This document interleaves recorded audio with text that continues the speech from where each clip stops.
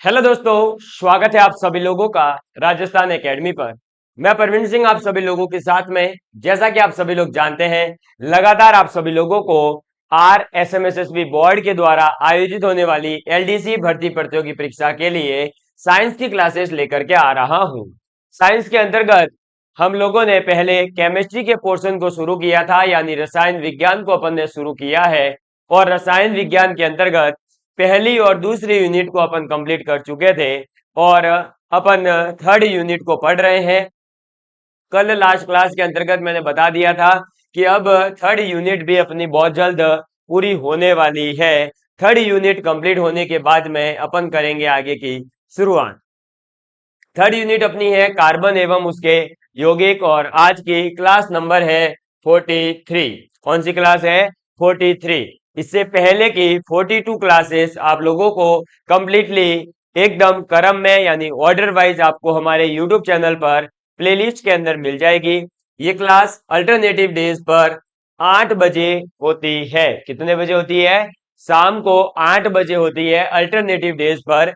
एक दिन lab assistant, एक दिन LDC की क्लास रहती है।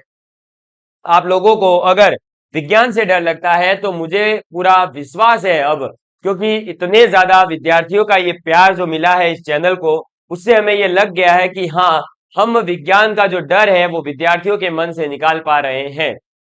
मैं परवीन सिंह, जैसा कि आप सभी लोगों को पता है, lab assistant, LDC, PTET, IIT JEE mains, RRB, ALP, SSC, MTS जैसे कुछ एग्जाम्स में सिलेक्टेड हूं और उन्हीं एग्जाम में सिलेक्शन मेरा किस प्रकार से हुआ, उन्हीं अनुभवों को आपके साथ में, उसी कंटेंट को आपके साथ में शेयर कर रहा हूं। चलिए, तो कल हमने लास्ट क्लास के अंदर ये सीखा था कि जो फुलरिन है, कार्बन का अपर रूप, वो कैसा होता है, क्या होता है। आपको बताया गया था कि फुलरिन जो है वो फुटबॉल जैसा दिखाई देता है। अगर आप रिवीजन करना चाहें तो ये देख लीजिएगा, आपको बता देता हूं एक बार। ये रहा आपका फुलरिन, जिसके अंदर दो प्रकार के फलक होते हैं। एक होता है पंचकोणीय और एक होते हैं षटकोणीय। षटकोणीय फलक होते हैं कितने? आपके कितने होते हैं? 20। और पंच फलक के कितने होते हैं? 12 होते हैं। इनका उपयोग अपन प्राकृतिक गैसों के शुद्धिकरण में करते हैं, जिन प्राकृतिक गैसों की बात अभी अपन आगे करने वाले हैं। कार्बन 60 जो होता है आपका, मतलब जिसमें 60 कार्बन हो, ऐसा फुलरिन जो है वो सर्वाधिक स्थायी होता है और उसे अपन बंक मिस्टर फुलरिन भी कहते हैं या बंकी बॉल भी कहा जाता है। इसके अलावा आपको इसमें याद रखना है कि ये कुचालक होता है। कार्बन कार्बन के मध्य में जो दूरी होती है वो 1.40 एंगस्ट्रम होती है और इसका जो नाम रखा गया है वो बंक मिस्टर फुलर के नाम पर फुलरिन रखा गया है। इसके अलावा ये आणविक बेयरिंग में काम आता है और जब हम इसका ताप उच्च कर देते हैं, टेम्परेचर को उच्च कर देते हैं, तब यह अति चालक यानी सुपर कंडक्टर के रूप में काम करता है। ठीक, चलो अब हम आज की क्लास में पढ़ने वाले हैं। सबसे पहले, जैसा कि आपको कल बता दिया गया था कि CFC के बारे में, किसके बारे में बात करेंगे अपन? तो आज की क्लास में अपन बात करेंगे CFC के बारे में, क्लोरोफ्लोरोकार्बन के बारे में बात करेंगे। ठीक है, किसके बारे में बात करेंगे? सबसे पहले क्लोरोफ्लोरोकार्बन के बारे में, CFC के बारे में, या जिसे अपन फ्रियोन भी कहते हैं। सबसे पहले आपको बता दूं कि जो क्लोरोफ्लोरोकार्बन है, उन्हीं का जब पॉली रूप लिया जाता है, पॉली रूप का मतलब है जब एक से ज्यादा क्लोरोफ्लोरोकार्बन को आप लेते हैं, पॉली यानी बहुत बहुत मात्रा में। जैसा कि अपन आगे इसी टॉपिक में पढ़ेंगे बहुलक के बारे में, तब आपको और अच्छे से पॉली शब्द का मीनिंग समझ में आएगा। तो जब अपन पॉली क्लोरोफ्लोरोकार्बन को लेते हैं तो उसे अपन फ्रियोन कहते हैं। क्या कहते हैं? फ्रियोन कहते हैं।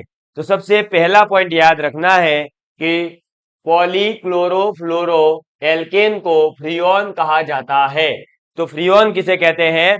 क्लोरोफ्लोरोकार्बन को नहीं, पॉलीक्लोरोफ्लोरो जो होता है उसे अपन फ्रियोन कहते हैं। इसके बाद कार्बन परमाणु से जब आपका क्लोरीन और फ्लोरीन जुड़ करके किसी यौगिक का निर्माण करते हैं तो इन यौगिकों को अपन क्लोरोफ्लोरोकार्बन CFC कहते हैं। और इन्हीं CFC का जब पॉली लिया जाता है रूप, यानी पॉलीक्लोरोफ्लोरो लिया जाता है, तो उन्हें हम फ्रियोन कहते हैं। समझ में आ गई बात? तो क्लोरोफ्लोरोकार्बन CFC क्या होता है? तो जब हम कार्बन के साथ क्लोरीन और फ्लोरीन को जोड़ते हैं और इनको जोड़ने पर जो यौगिक निर्मित होते हैं, जिन यौगिकों का निर्माण होता है, उन यौगिकों को हम CFC क्लोरोफ्लोरोकार्बन कहते हैं। और इन्हीं का जब पॉली रूप लिया जाता है तो उन्हें हम क्या कहते हैं? फ्रियोन कहते हैं। क्लियर? ये आपसे पूछा जा सकता है।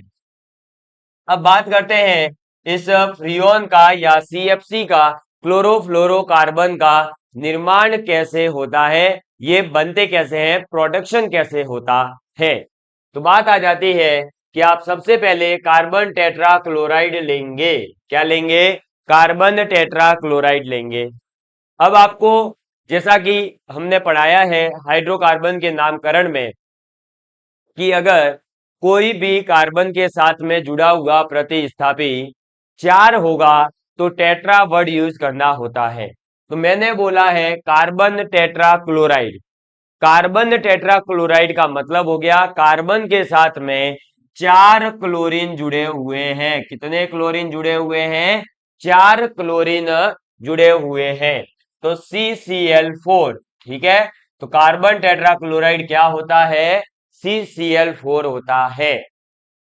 इसकी जब अभिक्रिया आप हाइड्रोजन क्लोराइड या हाइड्रोजन फ्लोराइड यानी HF से करवाते हैं, तो आगे देखिएगा आप, हम क्या कर रहे हैं बेसिकली, हम क्या कर रहे हैं? CCl4 इसकी अभिक्रिया हाइड्रोजन फ्लोराइड के साथ करवा रहे हैं।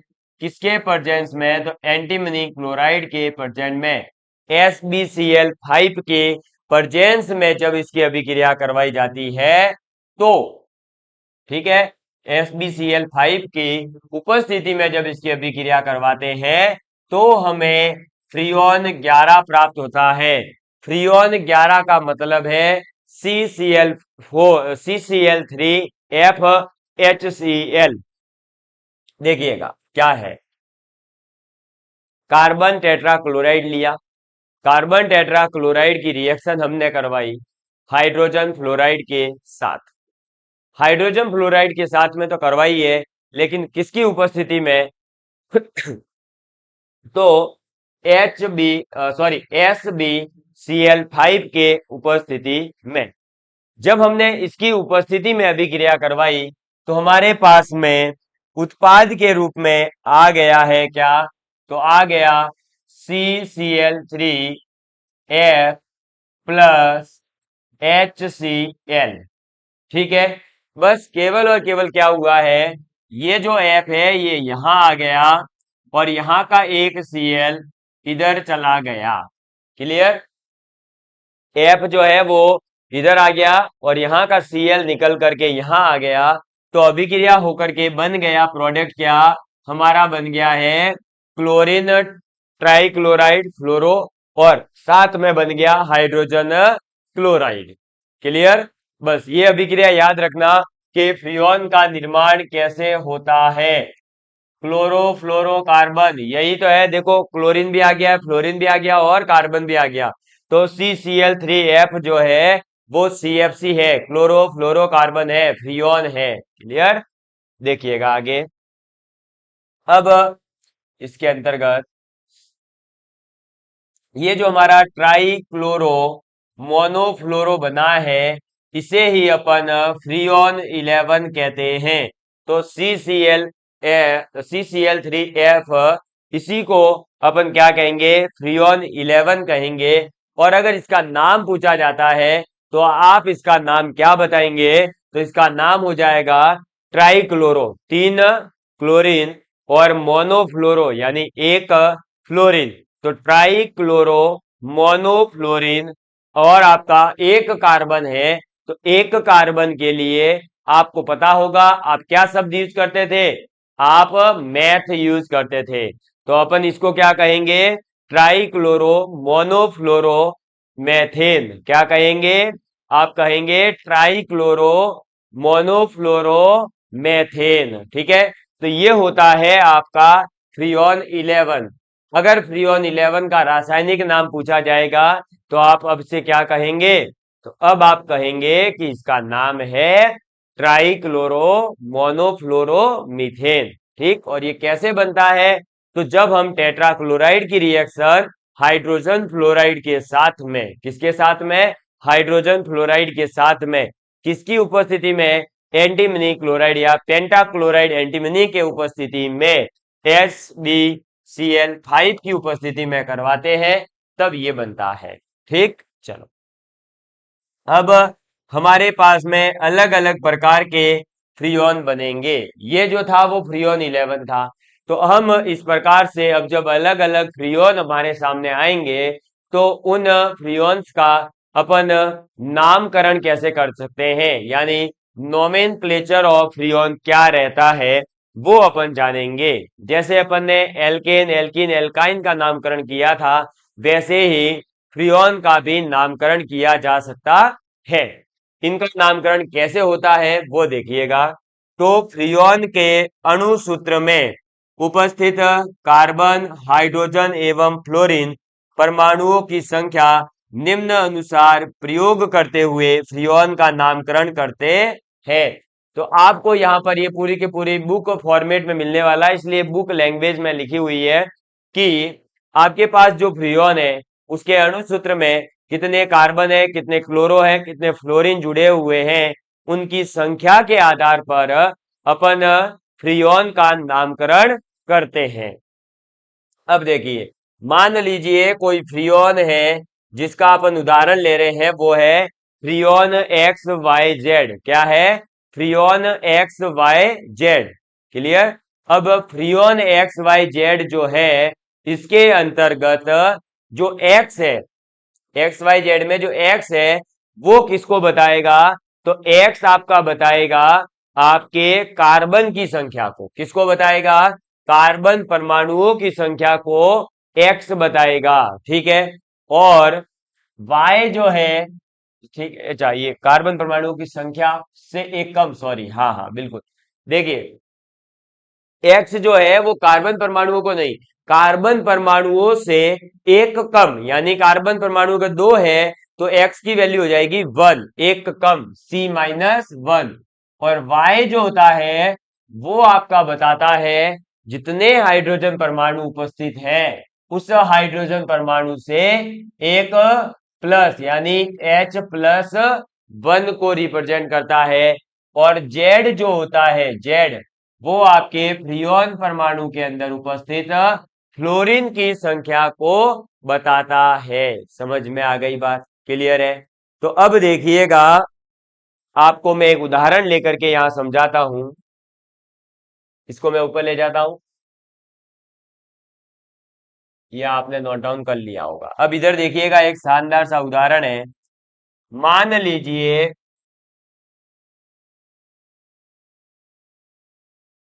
अपन ने ले लिया फ्रीऑन 12। क्या लिया? फ्रीऑन 12 अपन ने ले लिया। अब फ्रीऑन 12 के अंतर्गत फ्रीऑन वर्ड तो आता ही है, लेकिन ये जो है एक्स, वाई और जेड को रिप्रेजेंट करता है, हमें ये पता है। इसके अंदर अब कार्बन की जो संख्या होगी वो होती है बराबर किसके?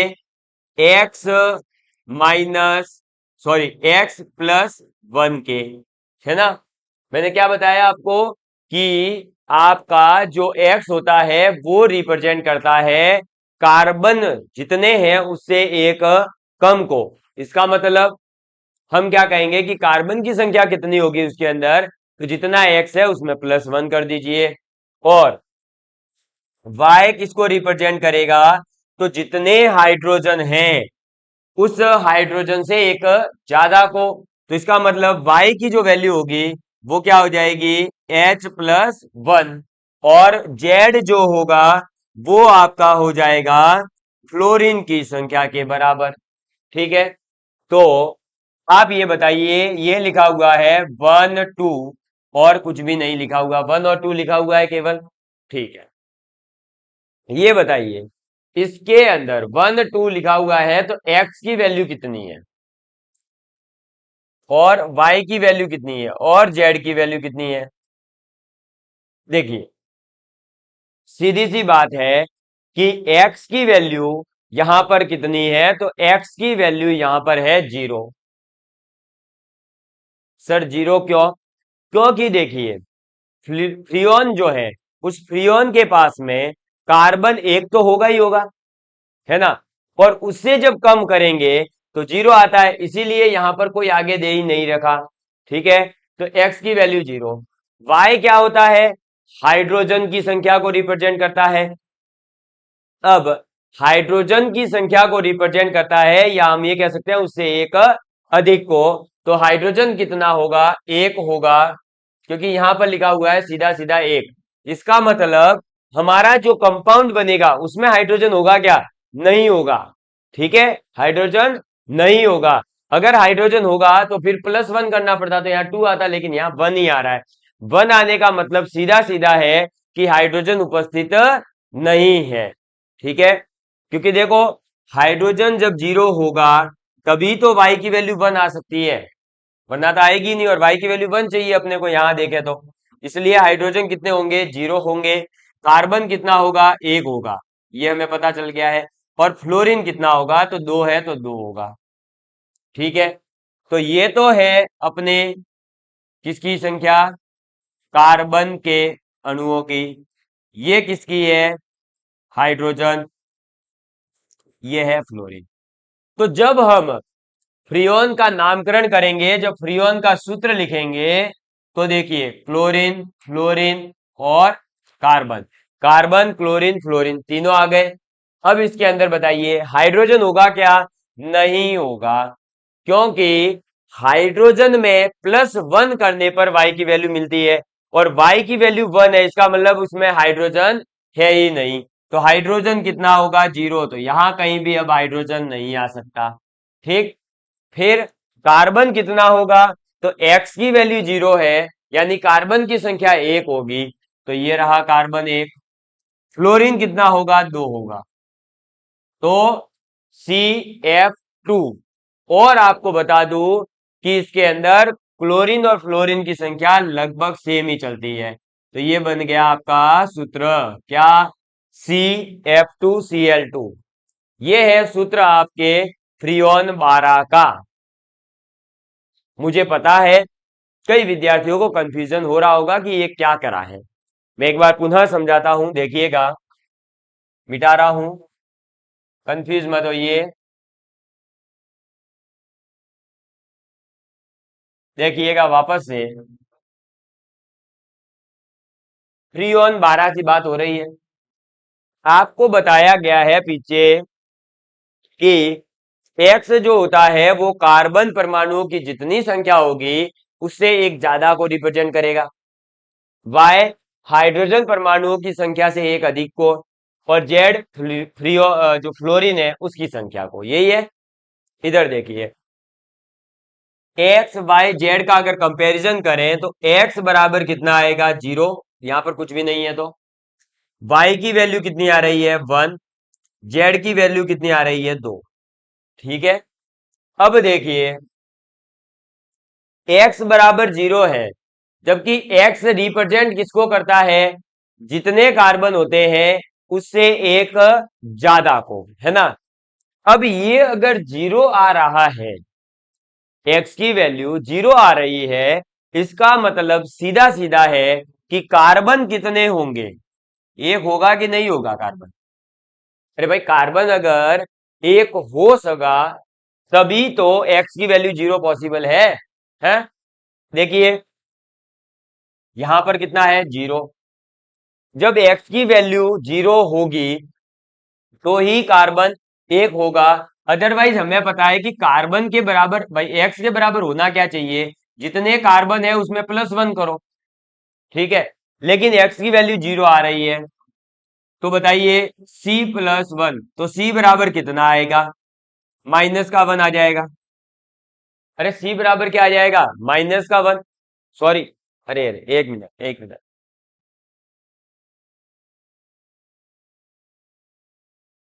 कार्बन से एक कम, ज्यादा नहीं। एक्स की वैल्यू क्या होती है, कार्बन से एक कम, यानी जितने कार्बन है उससे एक कम एक्स की वैल्यू होगी। अब एक्स बराबर 0 है, कार्बन की संख्या नहीं पता मान लो, और ये -1, ये -1 इधर आते ही कार्बन बराबर क्या हो जाएगा, +1। तो यही तो मैं बता रहा हूं कि कार्बन की संख्या कितनी होगी, एक होगी। जो अपन फ्रीऑन का फॉर्मूला लिखेंगे उसमें कार्बन कितना आएगा, एक कार्बन आएगा। ऐसे ही देखो, y बराबर 1, और y की वैल्यू किसको रिप्रेजेंट करती है, तो जितने हाइड्रोजन है उसमें +1 को रिप्रेजेंट करती है, यही है। अब बताओ, y की वैल्यू है कितनी, 1, और हाइड्रोजन +1, तो हाइड्रोजन बराबर आ गया 0। इसका मतलब हाइड्रोजन की संख्या फ्रीऑन के अंदर कितनी आएगी, 0। इसका मतलब हाइड्रोजन नहीं होगा फ्रीऑन में।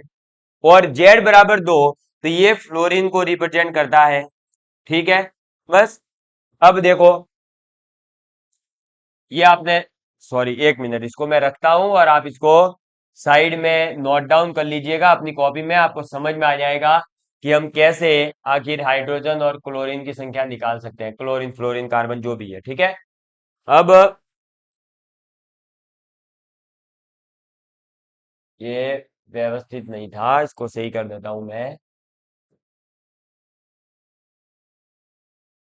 ठीक, अब देखिए, जो अपने पास फॉर्मूला बनेगा ना फ्रीऑन का, उसमें आपको पता है कि सीधे सीधे से फ्रीऑन के अंदर कार्बन होना चाहिए, फ्लोरीन होना चाहिए, क्लोरीन होना चाहिए।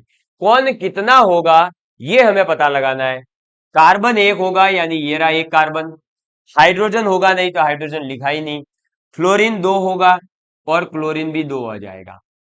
तो ये CF2Cl2 जो है, ये है फ्रीऑन 12। ये क्या है, ये है फ्रीऑन 12। समझ में आ गई बात, क्लियर है आप सभी लोगों के लिए।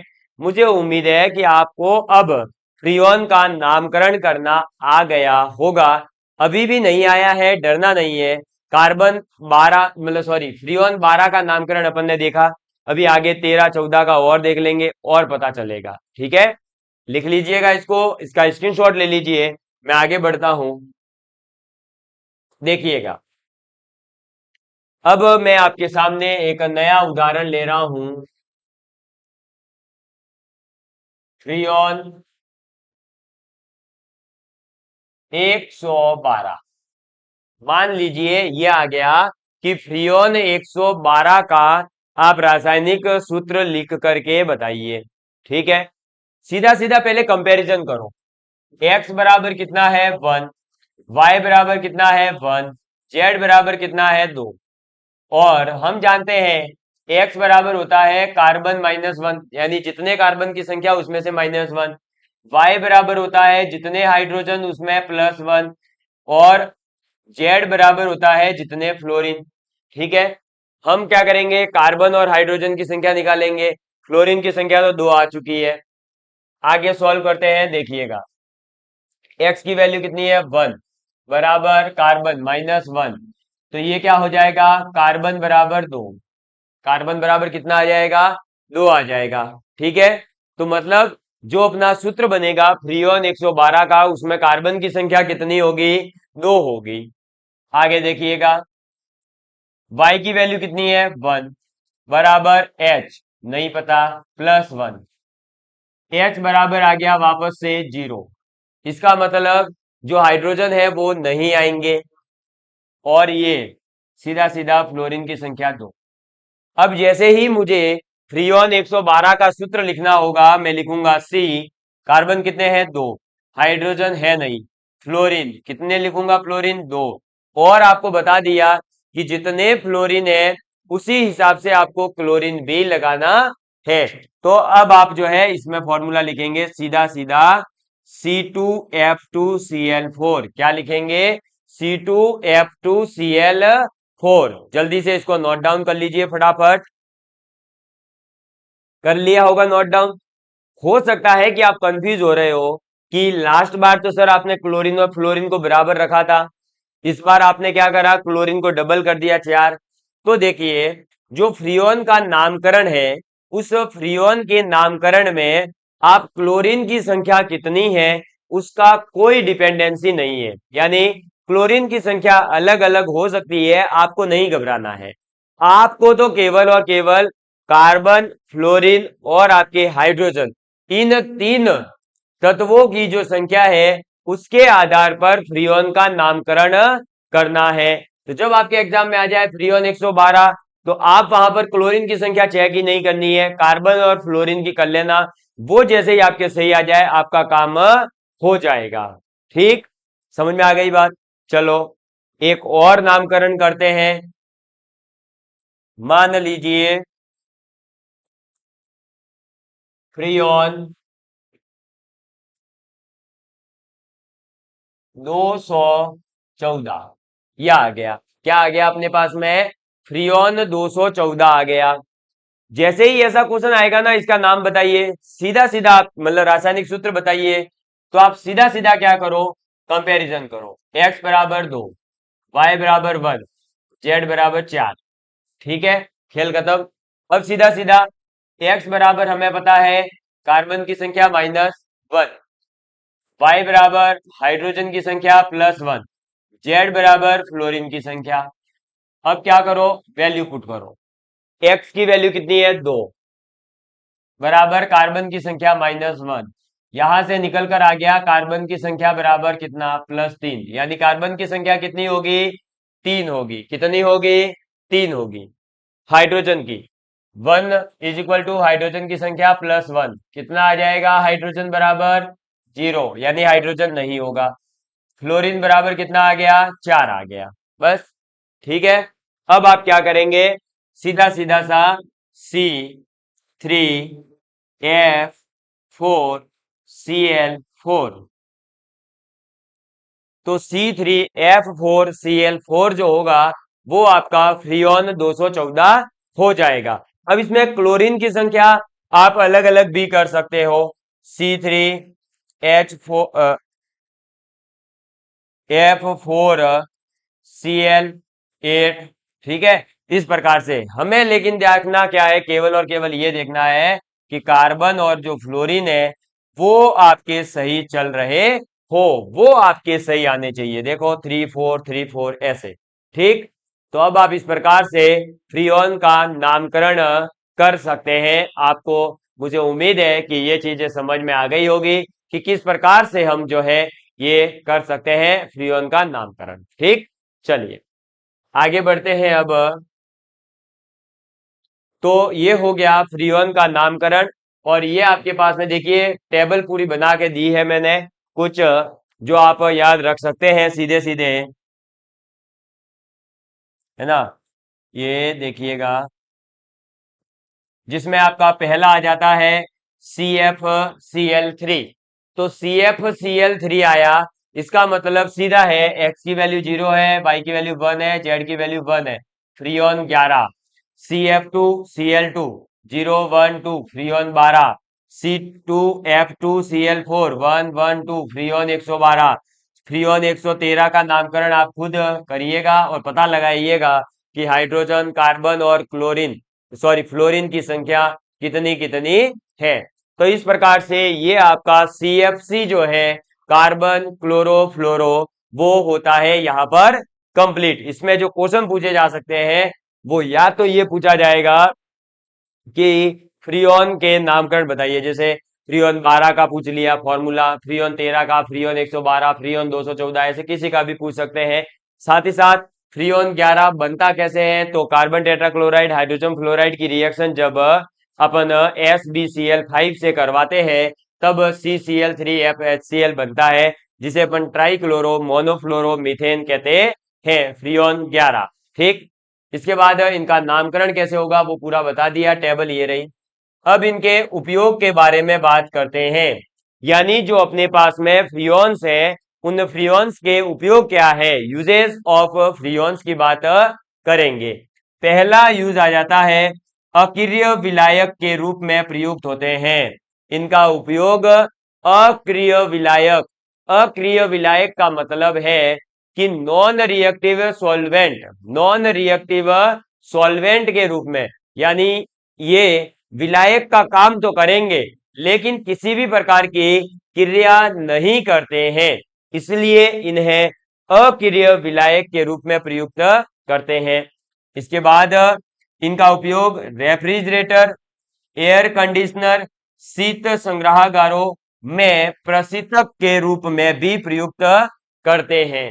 तो जो हमारे ये फ्रियोन्स है इनका उपयोग फ्रिज के अंदर, एसी के अंदर, इसके अलावा जो कोल्ड स्टोरेज होते हैं वहां सभी जगह इनका उपयोग प्रशीतक यानी ठंडा करने वाला कोल्डर के रूप में इनका उपयोग किया जाता है। तो फ्रियोन के ये हो गए उपयोग, आपको याद रखना है अक्रिय विलायक के रूप में इसका उपयोग किया जाता है और इसका उपयोग किसके रूप में किया जाता है, आपके रेफ्रिजरेटर, एयर कंडीशनर, इन सभी के अंदर इसका उपयोग होता है। तो मुझे उम्मीद है कि आप सभी लोग इस चीज को समझ गए होंगे। क्लियर है आप सभी लोगों के लिए? तो अपन ने आज CFC यानी कार्बन क्लोरोफ्लोरो को भी कंप्लीट कर लिया है।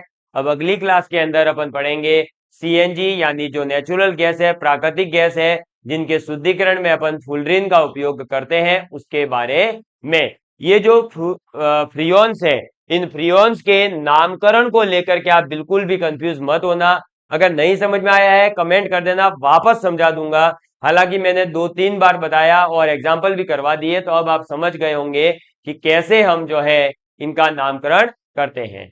तो चलिए अब मिलेंगे अगली क्लास में, तब तक के लिए bye bye, love you all of you, please take care, please share with your friends. जय हिंद, जय भारत।